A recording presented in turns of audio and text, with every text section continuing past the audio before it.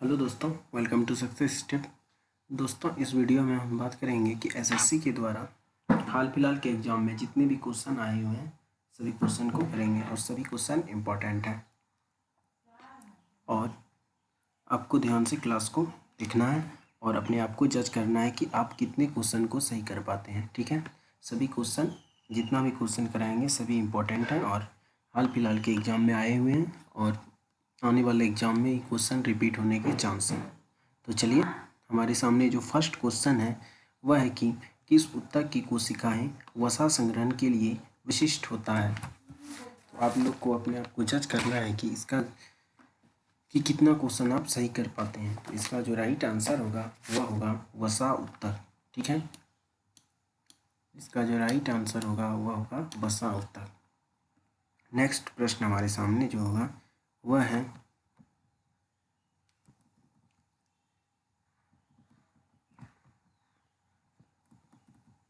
Next प्रश्न जो हमारे सामने है वह है कि निम्नलिखित में से किस कोशिका अंग में पायरुविक अम्ल टूटकर कार्बन डाइऑक्साइड जल तथा ऊर्जा में परिवर्तित हो जाता है। तो इसका जो राइट आंसर है वह क्या है, तो केंद्रक में। सभी क्वेश्चन इंपॉर्टेंट है। ठीक, नेक्स्ट प्रश्न जो हमारे सामने है वह है, जल्दी फटाफट कराते जाते हैं जल्दी। सिस्टमों पर एक से अधिक प्रक्रिया साथ साथ चलने को क्या कहा जाता है। तो आप लोग जज करते जाइएगा आप लोग कितना क्वेश्चन को सही कर पाते हैं। सिस्टमों पर एक साथ साथ प्रक्रिया साथ साथ चलने को क्या कहा जाता है, तो मल्टी प्रोसेसिंग कहा जाता है। ठीक है,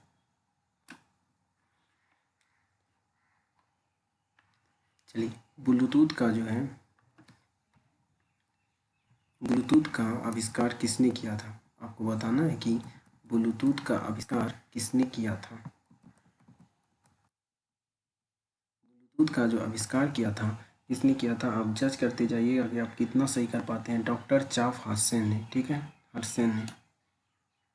ठीक है, चलिए, नेक्स्ट प्रश्न जो हमारे सामने है वह है कि भारत में निर्मित पहली मिसाइल बोट का क्या नाम है। तो आप लोग को इसका पता होगा, इम्पोर्टेंट क्वेश्चन है, बार बार एग्जाम में पूछा है।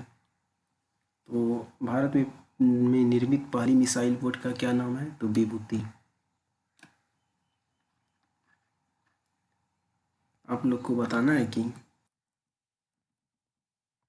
कर्मा नृत्य किस राज्य से संबंधित है। कर्मा नृत्य जो है वह किस राज्य से संबंधित है, तो मध्य प्रदेश से।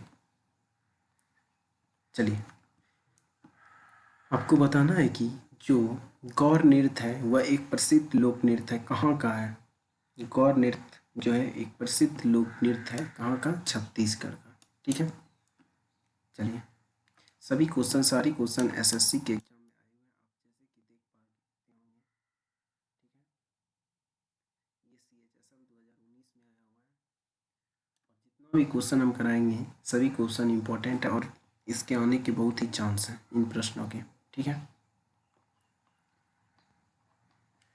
हमारे सामने जो प्रश्न है वह इम्पोर्टेंट प्रश्न ये है कि ईस्ट इंडिया कंपनी के व्यापारिक एकाधिकार को समाप्त कर दिया गया था। वह जो था, रुकिए, क्वेश्चन पूरा नहीं आ पा रहा है।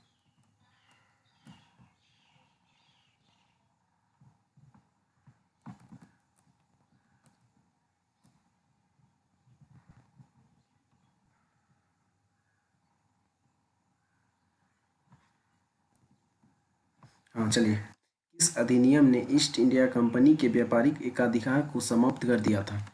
इम्पोर्टेंट क्वेश्चन है भाई, आप लोग जज करते जाइएगा कि आप लोग कितना सही कर पा रहे हैं।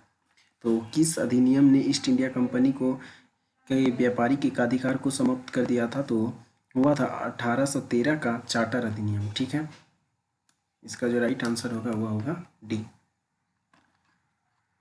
निम्नलिखित में से किस देश में न्यायिक समीक्षा प्रणाली का उद्भव हुआ था। जज करते जाइएगा अपने आप को।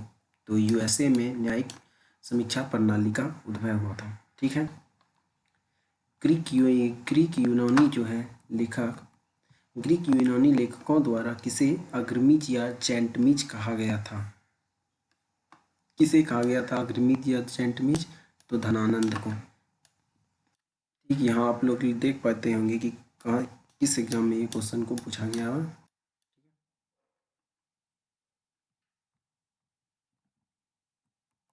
लोग के पास जो प्रश्न है वह है कि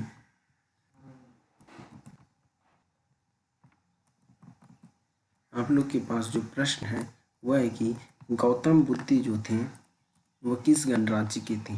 तो गौतम बुद्ध जो थे वो शाक्य गणराज्य के थे। आप लोग जज करते जाइएगा कितना आप सही कर पा रहे हैं। किस दिल्ली सुल्तान ने कठोर नीति अपनाई थी।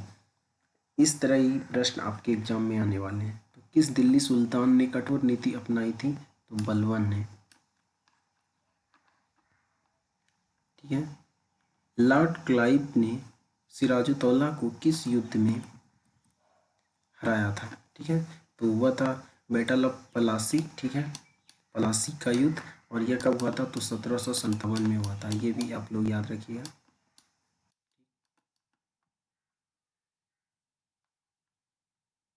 चंद्र ग्रहण किसकी छाया द्वारा होता है। तो चंद्रमा पर पृथ्वी की छाया के कारण। सभी प्रश्न इंपॉर्टेंट है। आप लोग को इतना क्वेश्चन मैं करा दूंगा कि एक भी प्रश्न आपके एग्जाम में बाहर आने वाले नहीं है इससे। ठीक है। चंद्र ग्रहण किसकी छाया द्वारा होता है। चंद्रमा पर पृथ्वी की छाया के द्वारा। ठीक है। दिल्ली की पहली मुस्लिम महिला शासक कौन थी। फटाफट आंसर आप लोग दीजिए जाइए, जज करते जाइएगा। तो कौन थी दिल्ली की पहली मुस्लिम महिला शासक। रजिया सुल्तान। ठीक है। बुध, ये जो है बुध शुक्र पृथ्वी और मंगल ग्रहों को क्या ग्रह से मतलब कौन बुध शुक्र पृथ्वी और मंगल ग्रहों को क्या कहा जाता है। तो आप ये आसान क्वेश्चन है। आंतरिक ग्रह कहा जाता है। ठीक है। बुध शुक्र पृथ्वी और मंगल को क्या कहा जाता है। आंतरिक ग्रह। ठीक। चलिए, पाल घाट निम्नलिखित में से किस राज्य को मिलाता है। जो पाल घाट है वह किस राज्य को मिलाता है। तो किस राज्य को मिलाता है जानते हैं आप। तमिलनाडु और केरल को पालघाट बांध जो है वह पालघाट जो है तमिलनाडु और केरल को मिलाता है। आप लोग जज करते जाइएगा कितना आप सही कर पाए। ठीक है। इसी प्रकार जिस तरह आप क्वेश्चन देख रहे हैं स्क्रीन पे यही आपको प्रश्न मिलने वाले हैं इसी टाइप का। ठीक है। बगाई नदी का दूध किसकी पहाड़ियों में है। ठीक है, बताइए। तो करमाडम करमाडम की पहाड़ियों में। ठीक है। ये भी आप देख लीजिए सीजीएल में आया हुआ है 2017 का प्रश्न है। ठीक है। और ये प्रश्न जो आपके सामने है कि निम्नलिखित में से कौन सा न केवल भारत में बल्कि दुनिया में सबसे बड़ा मैंग्रोव जंगल है। तो आसान क्वेश्चन है। सुंदरवन बहुत बार एग्जाम में पूछा गया है। ठीक है। देख सकते हैं आप कब पूछा गया है। जेई में पूछा गया है 2016 में। ठीक है। और ग्रेट बैरियर रीफ कहाँ स्थित है आपको बताना है। जल्दी जल्दी जज करते जाइएगा। ग्रेट बैरियर रीफ जो है कहाँ पर स्थित है। तो प्रशांत महासागर में है। ग्रेट बैरियर रीफ प्रशांत महासागर में है। देख लीजिए सीजीएल का क्वेश्चन है।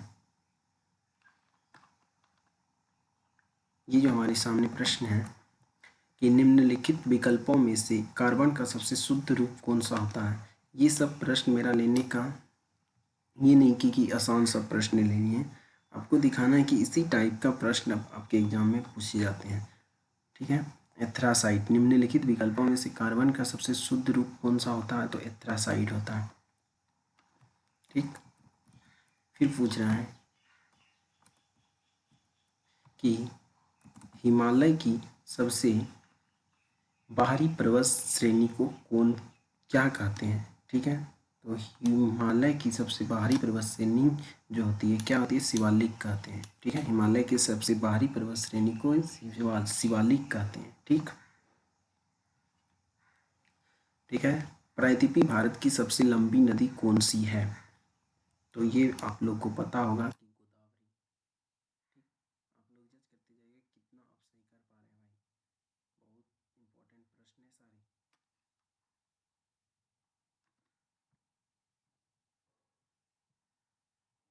निम्नलिखित में से किससे पौधे में खाद्य पदार्थ और अन्य तत्वों का वहन होता है। तो किसके कारण पौधे में खाद्य पदार्थों का वहन होता है? तो फ्लोएम के द्वारा होता है, ठीक है। और ये प्रश्न एसएससी नहीं बल्कि रेलवे में बार बार पूछा गया है प्रश्न, नहीं तो आप लोग देखते होंगे क्वेश्चन बैंक में, ठीक है, कि ग्रुप डी में आया हुआ है, एनटीपीसी में आया हुआ है, एएलपी टेक्नीशियन में आया हुआ है। हर एक एग्जाम में खास करके आप लोग देखिएगा कि ये प्रश्न पूछा गया है कि पौधे का खाद्य पदार्थ और अन्य तत्वों का वहन किस में होता है? तो फ्लोएम के द्वारा, ठीक है। और ये प्रश्न काफ़ी एग्जाम में लड़के प्रश्न गलत करके आते हैं कि जाइलम देके आते हैं, ठीक है, जाइलम। लेकिन इसका जो राइट आंसर होगा क्या होगा? फ्लोएम के द्वारा खाद्य पदार्थ अन्य तत्वों का वहन होता है, ठीक है। नेक्स्ट प्रश्न हमारे सामने है, और निम्नलिखित में से कौन सी बाहरी स्टोरेज डिवाइस जो है वो जो बाह्य भंडारण यंत्र नहीं है? तो आसान प्रश्न है कि बाहरी स्टोरेज डिवाइस जो है वो बाह्य भंडारण यंत्र नहीं है, तो रैम जो होता है वो ये आसान प्रश्न था। तो आप लोग को बताना है कि 25 में कितने प्रश्न आप लोग सही कर पाए, ठीक है, कमेंट करके बताइए। और सारी प्रश्न इम्पोर्टेंट है, अगला पार्ट आपको फिर मिल जाएगा। और इसके साथ ही आपको वीडियो को लाइक करना है, चैनल को सब्सक्राइब कर लेना। धन्यवाद।